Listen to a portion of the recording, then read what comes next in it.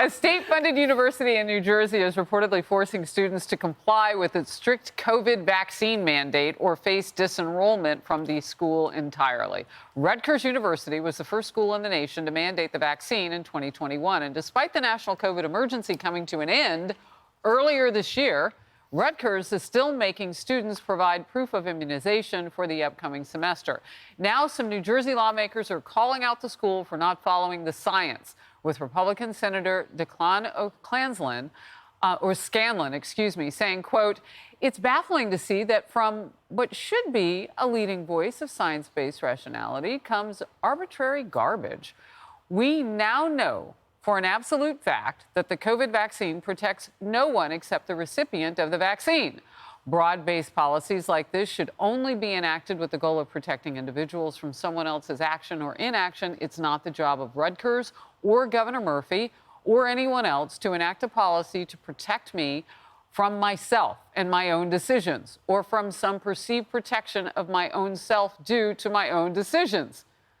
Wow, he said it all, Cheryl. And I'm sorry I mispronounced his name. Not sure what I'd add to that. Even Rochelle Walensky back in 2021 said, yep, the vaccines aren't going to prevent infection transmission. And look, if you want to go out and get your shots, great, get your shots. But now in the fall, we're learning that the CDC is going to tell us they're going to recommend, not mandate, that we're supposed to get a flu shot, an RSV shot, and a COVID shot. Can we combine that, please? Can somebody figure out how to just make that one needle? Because how about no shot? Grief, or just nothing. But, you know, look, I'll tell you guys, I did all the boosters. I did all the initial rounds, everything, and I still got COVID a month later after a booster. So, whatever. You know, it's personal choice. No more. I didn't know this was still a thing. I don't know. I've been in a cave. I didn't realize that as of July, more than 100 colleges are still forcing students to get COVID vaccinations. Yeah. More than 100? How can they do that, I though? guess it's to protect the teachers, or they think they're protecting the teachers. But the vaccine doesn't prevent you from giving it I to get it. someone else. I just didn't know this And that's what was the science shows. still in our wheelhouse, but apparently it is. It protects the person.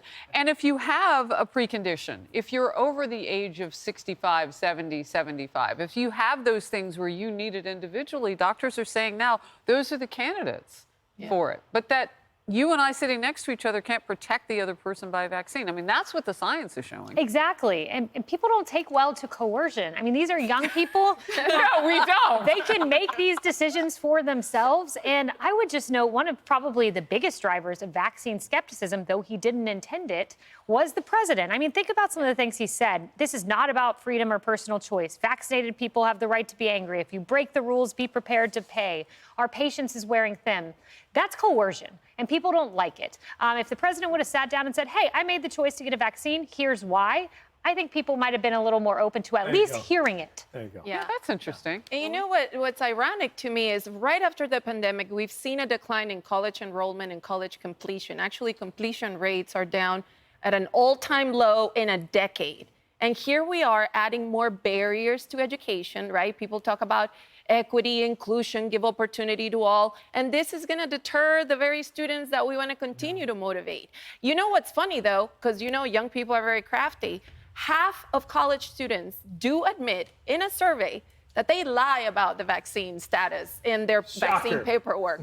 Well, there you go. So for the 38,000 students at Rutgers, are we really willing to, lose potentially 20% or more of them, because that's the number out there, that 80% of students are vaccinated, but maybe they will lie and stay. But I'd rather keep them at their will, doing what they want to pursue, and not force them for something that now we know really does very little. Is there a vaccination that can keep road rage, like the person next to me in their car, from killing me?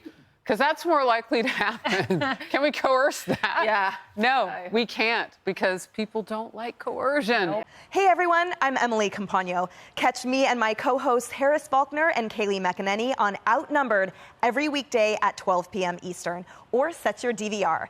Also, don't forget to subscribe to the Fox News YouTube page for daily highlights.